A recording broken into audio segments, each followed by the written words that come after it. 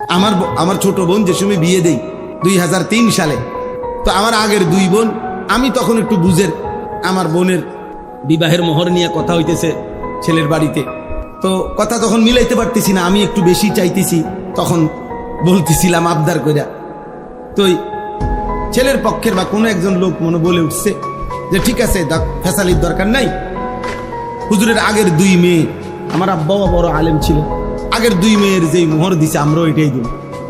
হ্যাঁ, এরপরে এটা বলতেই আমার আব্বা আমারে দিছে এবার দম, এই বেটা তুই ফুলাইন মানুষ করে যা, বেশি ঝামেলা করস তুই বেটা, ঠিক আছে আপনারা যেটা কইছেন এইটা, মানে আপনারা কোনটা কইছেন এতক্ষণ, তো তারা বলছে 1 লাখ কত জানি মনে নাকি 1 লাখে ধরেন, মনে নেই আমার খুব, তা এইটা মাইন আব্বা আইসা বসছে, তা আমি আইসা বাসার মধ্যে মনটা খারাপ যে আমার দমকও দিল আর আমার বোনের সমানও তো হইতে দিল না।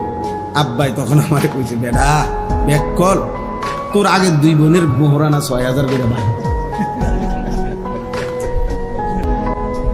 এটি আগের দিনের মোহর, আমার বোনেরা বড় সবাই, আগের বোনগুলা বুঝছেন, তারার মোহর তুই ধরলে তো কিচ্ছু পাইতি না। এমন এমন স্ত্রীর মোহর সামান্য কয়টা টাকা, এ বুড়ি এই মোহরানার টাকাটা দেয় না, এমন পুরুষ আছে না?